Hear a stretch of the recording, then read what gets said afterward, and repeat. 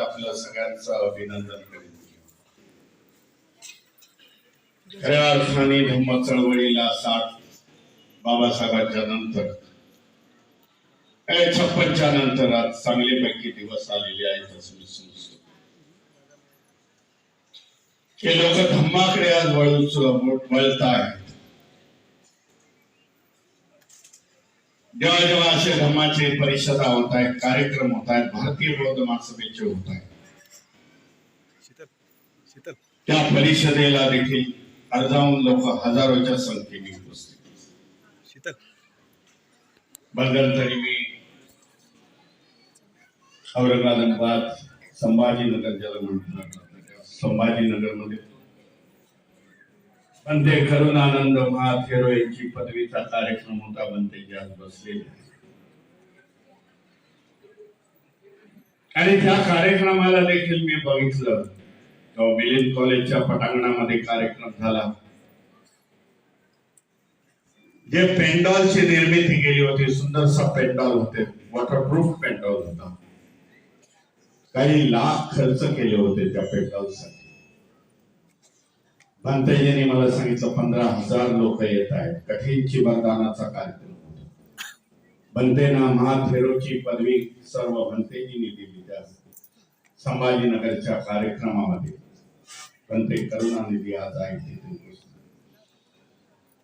तेव्हा देखील बघितलं की ते 15,000च्या वरती लोक उपस्थित होते, उन्हामध्ये उपस्थित होते. सांगण्याचा मुद्दा हाच आहे की धम्म चळवळीला आज लोक आकृष्ट होत आहेत. जी बाबासाहेबांनी या देशामध्ये क्रांती केली, आपल्या जीवनाची आखरी क्रांती ज्याला म्हणतात धम्म क्रांती. आणि ही क्रांती नंतर बाबासाहेबांचं महापरिनिर्वाण झाल्यानंतर ही भारतीय बौद्ध महासभेने काही सीमित ठेवलेली नाही. तर ही क्रांती देशाच्या कानाकोपऱ्यामध्ये कशी जात आहे ते आज भारतीय बौद्ध महासभा एकाच कार्य करते. बनते विनाचार्यजी आप लवकर गेले इथून. चांगली धम्म देशना त्यांनी दिली. बोले भीमराव जी मैं बैंगलोर जा रहा हूं. बंदे जी को बोला मैं सुबह 10:30 बजे बैंगलोर आ रहा हूं. कर्नाटकामध्ये भारतीय बौद्ध महासभेचे कार्यक्रम आहेत. बंदेजींना तिकडे देखील घेऊन. अशा प्रकारे ही क्रांती धम्म क्रांती आपण सीमित ठेवली नाही तर देशाच्या कानाकोपऱ्यामध्ये की जेणेकरून हा धम्म वाढवा जो बाबासाहेबांना अपेक्षित. बाबासाहेबांनी म्हटलेलं आहे, बरेच जण त्याचा उल्लेख करतात की मला या देशाला बुद्ध धम्म बनवायचा आहे, धर्मी बनवायचा आहे, संपूर्ण देश. असं काहीतरी बाबासाहेबांचं वाक्य आहे. थोडंफार मिसकोटेड होते हे. नेगेटिव्ह बोलत नाही पण कुठेतरी मिसकोटेड. मगाशी देखील कोणीतरी उल्लेख केला म्हणून मी त्याचा उल्लेख करतो. बाबासाहेबांनी ज्या ज्या गोष्टी केल्या, कारण बाबासाहेब बोधिसत्व ही कुठली गोष्ट अधुरी सोडून जात नाही. पहिली गोष्ट, ज्या गोष्टी बोधिसत्वाने केलेल्या असतात, ज्या विचार मांडलेले असतात, ज्या कल्पना मांडलेल्या असतात, त्या कल्पना स्वरूपामध्ये जिवंत असताना स्वरूपामध्ये बोधिसत्व करून. म्हणून बाबासाहेबांनी त्या काळामध्ये म्हटलेलं आहे देशामध्ये बौद्ध धर्मीयांनी सगळ्यांना. परंतु बाबासाहेबांनी देशाची प्रतिमाच ही बौद्धमय केली. आपल्या जीवन काळामध्ये त्याची अनेक उदाहरणं आहेत. देशाची प्रतिमा ही संविधानाच्या माध्यमातून बाबासाहेबांनी केली. बौद्धमय केलेली संविधानाचा सारच बाबासाहेबांनी बुद्धाच्या विचारसरणीमधून घेतलेला, ज्याच्यामध्ये करुणा आहे, भाईचारा आहे, न्याय आहे, हे सगळे विचार बाबासाहेबांनी त्याच्यातून घेतले. म्हणून प्रियांबल मध्ये बाबासाहेबांनी म्हटले, जो प्रियांबलचा अभ्यास करतो, संविधानामधल्या प्रियांबलचा अभ्यास करतो, प्रतिज्ञाचा ज्याला म्हणतात प्रतिज्ञांचा अभ्यास करतो, त्याला कळून चुकतं की ह्या देशाचे हे संविधानामधून काय सांगण्याचा प्रयत्न आहे हा बाबासाहेबांनी. हे एक मोठं उदाहरण आहे की देशाची प्रतिमा जी बौद्धमय केलेली आहे. फक्त वेळ एवढाच आहे की हे आपण जाणून घ्यायला पाहिजे, जाणून घेऊन लोकांना सांगायला पाहिजे. 2500 वर्षापूर्वी बुद्धाची ही जन्मभूमी आणि कर्मभूमी आहे भारत, आणि त्याचा विचार बाबासाहेबांनी 2500 वर्षानंतर पुन्हा एकदा या देशात, जे देशाची प्रतिमा आहे त्याची अनेक जराशी उदाहरणं देतो. आणि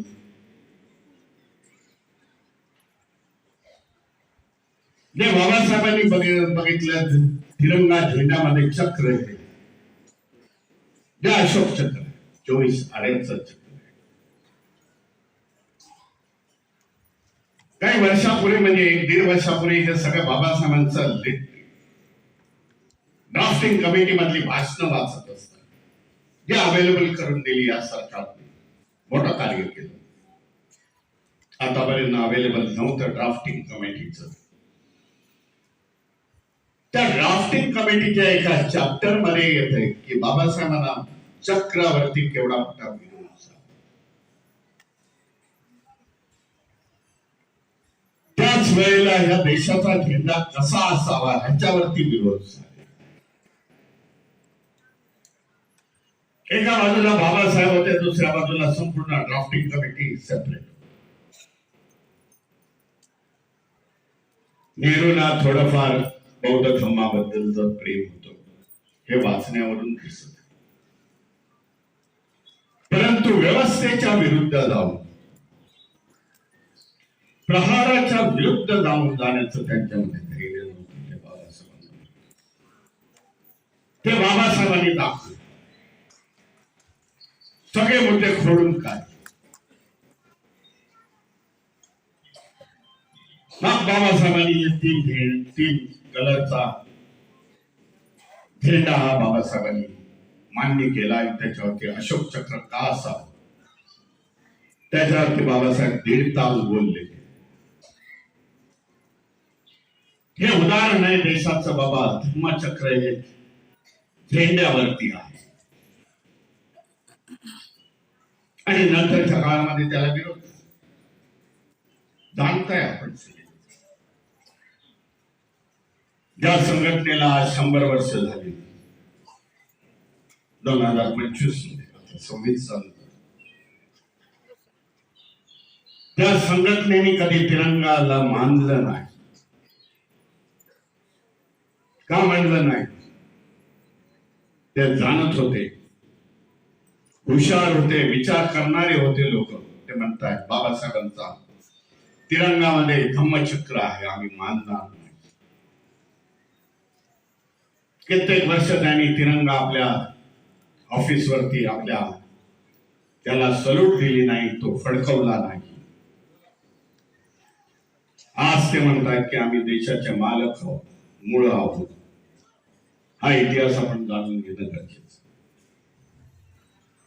अनेक उदाहरणं आहेत, त्याच्यामध्ये रत्न आहे, भारत रत्न आहे, अशोक चक्र आहे, जे सिव्हिलियन आहे,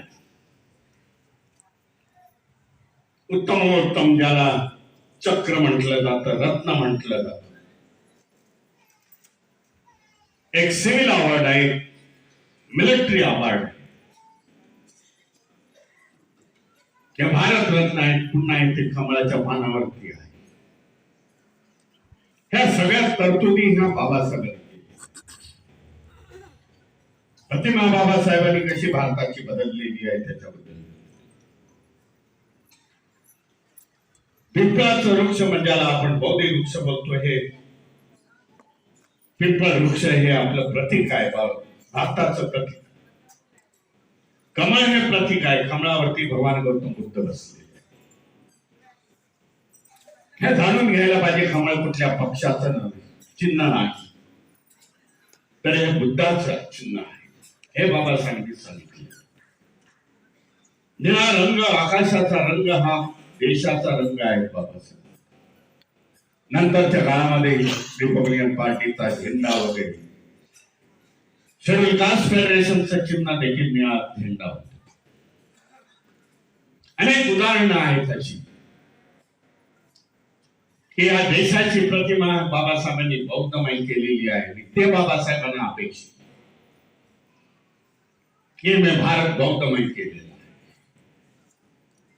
जाणण्याची गरज आहे, जाणून घेऊन लोकांना सांगण्याची गरज आहे. म्हणून त्या काळामध्ये बाबासाहेबांना विरोध झाला. तो विरोध ह्यासाठी झाला की बाबासाहेबांनी कोणालाही न कळवता, कोणालाही न सांगता, कोणाच्या ध्यानामनात मध्ये नसेल त्या वेळेला ह्या देशाची प्रतिमा ही बौद्धमय केली. आज जगामध्ये बौद्ध धर्माचा जास्तीत जास्त फैलाव होतो, जास्तीत जास्त धम्म परिवर्तन होते. हे बौद्ध धर्माचं आहे. मी ह्या आकडेवारीमध्ये येणार नाही, धम्म पहिला, बौद्ध धम्म पहिला की दुसरा, तिसरा, याच्यामध्ये येऊ.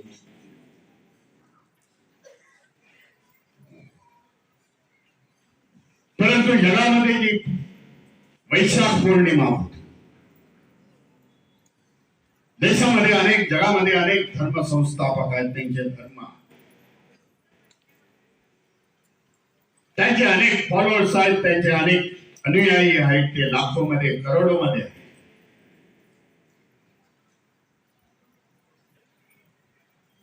परंतु जगामध्ये इनोच्या माध्यमातून वैशाख पौर्णिमा फक्त भगवान गौतम बुद्धाची युनोच्या प्लॅटफॉर्म वरून साजरी केली जाते. सगळ्यात महत्वाचं आणि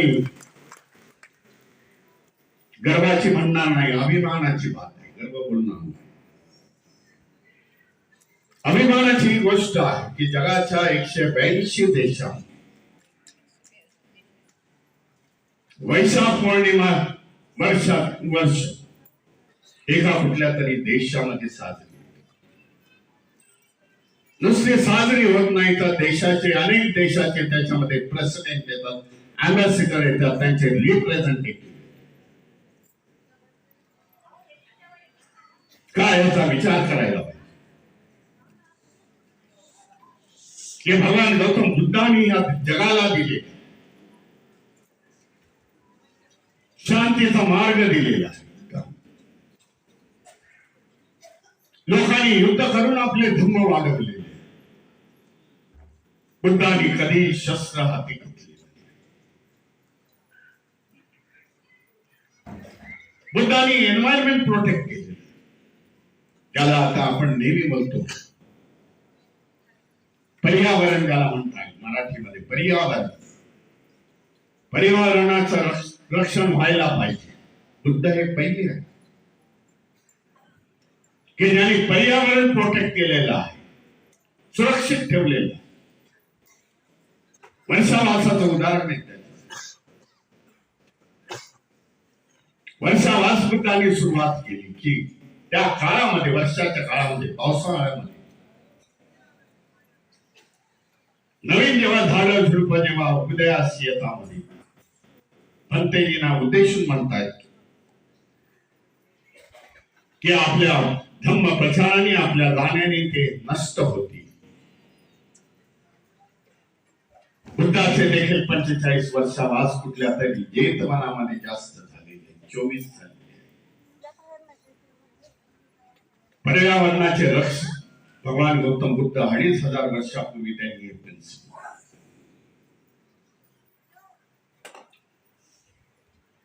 करोनाचा काळ तर सगळ्यांनी बघितलेला आहे. करोनाच्या काळामध्ये सगळेजण ऑक्सिजन ऑक्सिजन बोलत. भगवान गौतम बुद्ध ज्या पिंपळ वृक्षाखाली बसले करोनाच्या काळामध्ये हे रिसर्च झालं. तेव्हा रिसर्च मध्ये सांगण्यात आलं जो बोधी वृक्ष आहे, पिंपळ वृक्ष आहे, हा 24 तास ऑक्सिजन सोडत असतो. म्हणून भगवान गौतम बुद्धाला पहिले सायंटिस्ट का म्हटलं जातं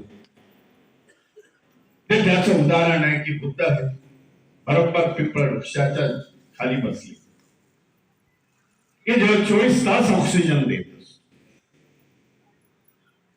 इतर झाडांचं बोलाल तर काय म्हणतात, इतर झाड कार्बन डायऑक्साईड घेतात रात्रीचा आणि सकाळी लोक ऑक्सिजन सोडतात.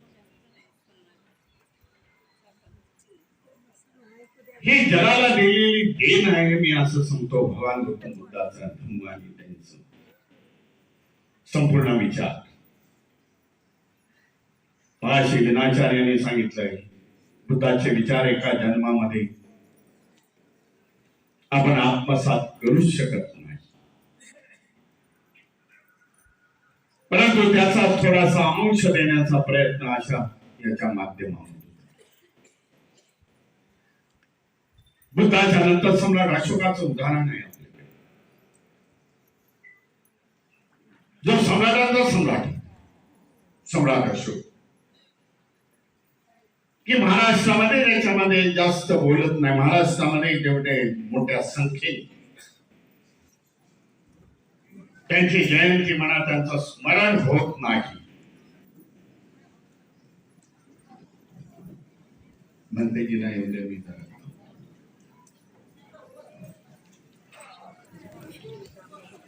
साधू साधू साधू साधू साधू साधू.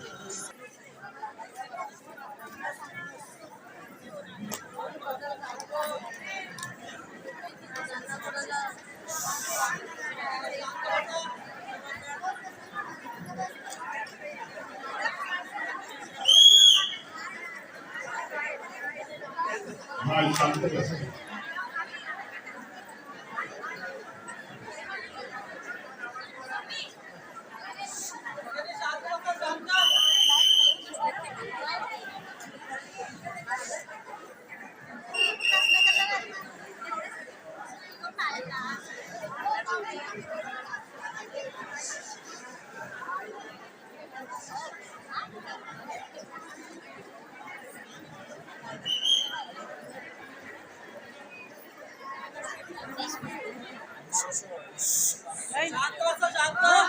शांत राहते बसलेले नंतर फोटो.